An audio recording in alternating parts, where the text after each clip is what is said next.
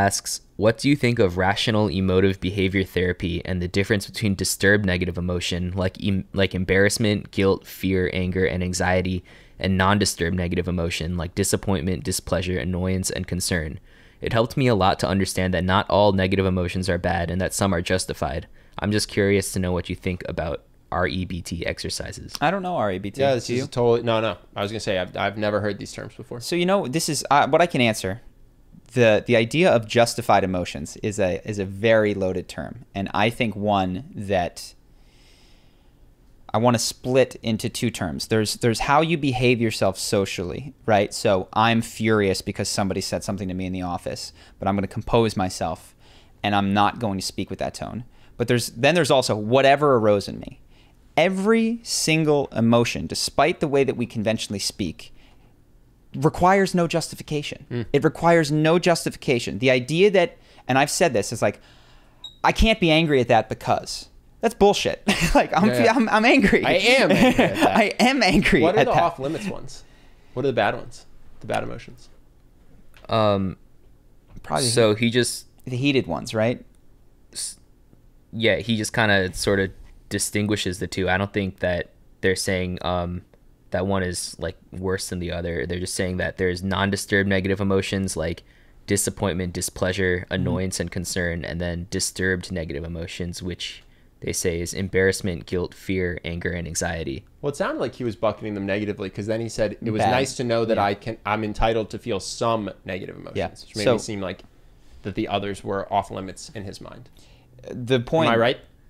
That's the way that I heard it. Whether or not he meant it, I don't know. But the idea of justification I feel strongly about, which is the way that one behaves socially. We've been socialized. There are certain behaviors which are acceptable and unacceptable in a social scenario, and that changes based on your culture, who you're with, etc. Fine, right? We teach a lot of this in Charisma on Command. These are the acceptable social ways to behave. That does not mean that the emotion that you felt was unjustified ever in any way. I don't care if you wanted to rip the person's head off because they looked at you the wrong way. Justified. Doesn't, or better said, doesn't require justification. Yeah. And if you think that emotions do require justification, what you will do is have an emotion rise.